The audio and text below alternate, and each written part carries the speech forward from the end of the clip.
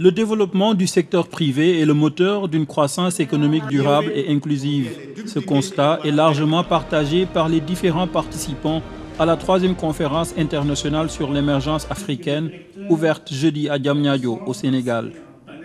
Afin de jouer pleinement son rôle dans la marche de l'émergence du continent, le secteur privé africain doit faire face à 3 défis majeurs, notamment l'accès au financement, l'énergie et la stabilité politique. Et des exemples, le continent n'en manque pas, à l'image des pays émergents comme la Malaisie, la Turquie ou la Corée du Sud. Chaque pays doit trouver sa voie. Mais trouver sa voie ne nécessite pas de réinventer la roue.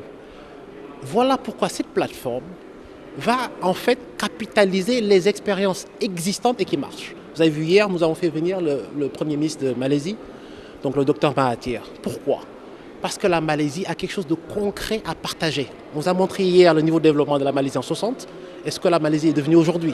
L'idée, c'est justement de nous inspirer, de dire voilà les défis que nous avons eus et auxquels vous êtes confrontés maintenant, et voilà les solutions de développement que nous avons mis en œuvre. Ce que nous voulons, ce n'est pas de vous dire copier nos solutions, mais regardez nos solutions, confrontez-les à votre réalité, contextualisez-les et inventez votre propre solution. Inventer, mais en bâtissant sur l'existant, c'est ce qu'on appelle les meilleures pratiques, des choses qui marchent déjà et qui ont fait leur preuve.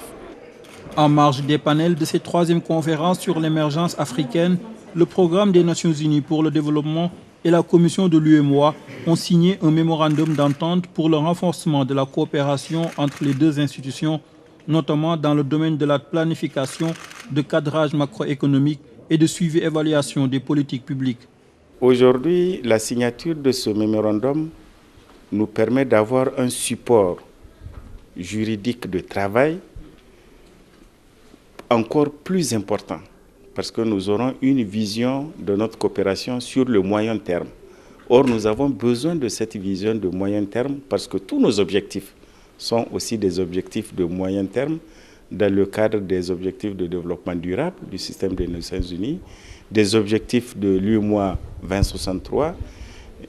Il s'agit donc maintenant de bâtir cette coopération autour de thèmes bien précis qui visent l'atteinte de ces objectifs. So this cooperation, as the chairman was saying, comme le président l'a dit, cette coopération ne date pas d'aujourd'hui.